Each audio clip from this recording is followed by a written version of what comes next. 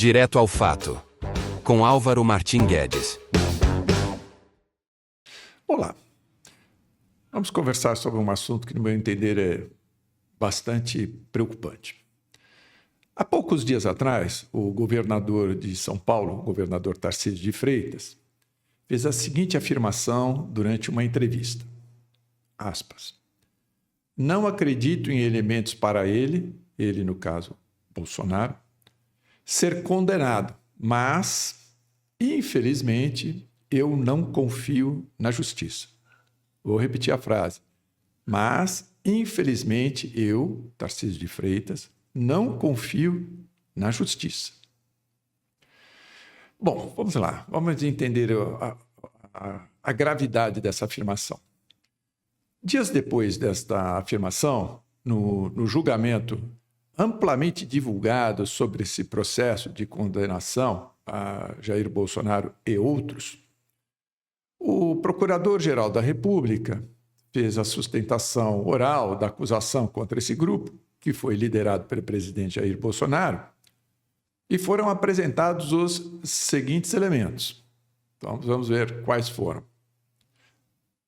Vamos a ele. Primeiro, a base legal da acusação, de crimes está no Código Penal relativo ao seguinte item, dos crimes contra a ordem democrática. Está no Código Penal, nos artigos 359L e 359M. E vou agora elencar todos os elementos que ali foram apresentados nessa sustentação oral.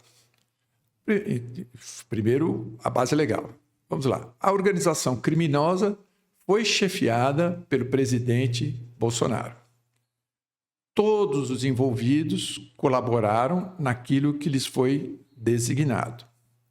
Os atos praticados foram de desacreditar as urnas e de afirmar que o processo era fraudado, além de ataques ao judiciário.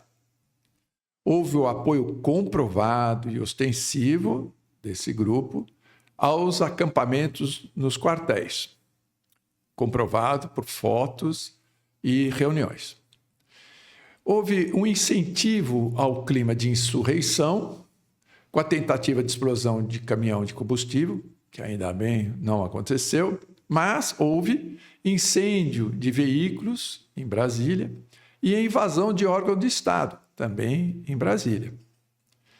Houve o uso da ABIN para vigiar cidadãos e da Polícia Rodoviária Federal para dificultar o acesso de eleitores no dia da votação. Houve discursos constantes contra o Supremo Tribunal Federal, culminando com o ato de 7 de setembro na Avenida Paulista, em que o presidente Bolsonaro declarou não mais acatar nenhuma ordem de ministro. Houve a elaboração do Plano Punhal Verde e Amarelo, que visava matar autoridades, e houve a movimentação física para a consecução deste plano. Ou seja, pessoas se deslocaram para locais para tentar realizar esse plano. Houve a paralisação forçada de caminhões nas rodovias. Houve a elaboração de minutas de decretos para substituir autoridades e as prender. Houve uma campanha difamatória violenta contra os comandantes do Exército e da Aeronáutica por não quererem aderir ao golpe. E em 29 de julho de 2021, o presidente Bolsonaro, em uma entrevista, ameaçou com o uso das Forças Armadas para instaurar a ordem.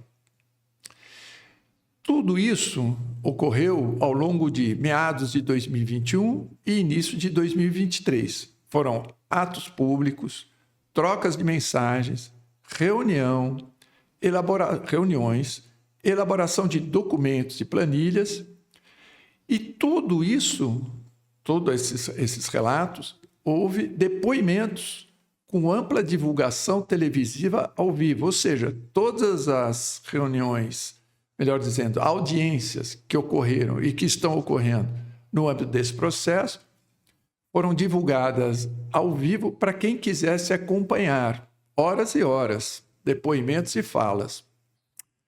O documento original que deu a sustentação oral do Procurador-Geral da República, um documento de uma peça de acusação que tem 517 páginas. Os advogados dos acusados não contestam as provas apresentadas, como nós vimos nos dias agora recentes. Somente minimizam as responsabilidades dos acusados. Nenhum deles foi de maneira peremptória e disse: não há esse fato, não existe esse documento. Simplesmente tentam mitigar a participação de cada um dos seus, daqueles que estão sendo acusados e que eles estão defendendo. Bom, voltemos então ao motivo desta gravação de hoje. A afirmação do governador de São Paulo de que não confia na justiça. Isso é muito grave. E eu fico mais preocupado ainda porque, apesar dele ter feito essa afirmação, a repercussão desta afirmação está sendo muito pouca. O governador de São Paulo é uma pessoa que merece respeito de todos nós, seja pela sua trajetória pessoal, mas também pela sua capacidade, e merece respeito pelo fato de ter concorrido numa eleição e ter sido eleito. Então, não se trata aqui de um ataque pessoal ao governador Tarcísio de Freitas, mas a declaração que ele fez, e ele faz uma declaração dessa natureza no alto do cargo de governador de São Paulo. Não é uma conversa de bar, nem tampouco uma opinião a esmo. É uma declaração intencional para minimizar aquilo que é grave, o crime grave. Não é possível ser assim. Isso é deplorável, isso é condenável.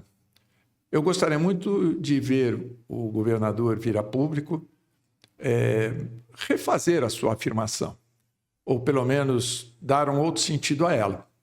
Porque se uma autoridade pública com tanta responsabilidade declara que não confia na justiça, o mesmo vai valer para qualquer outro. Eu, por exemplo, se for pego em flagrante cometendo um grave delito como um homicídio, eu vou dizer: não, eu não confio na justiça, portanto, o homicídio que eu pratiquei tem sua validade. Declarar que a justiça não é confiável é promover a barbárie, é promover a desorganização de uma sociedade plural, justa, e que quer simplesmente trabalhar para ter melhores dias no futuro. Não ajuda, não contribui, e é condenável uma afirmação dessa. Espero que ele reveja essa posição. Aqui fomos direto ao fato. Até a próxima.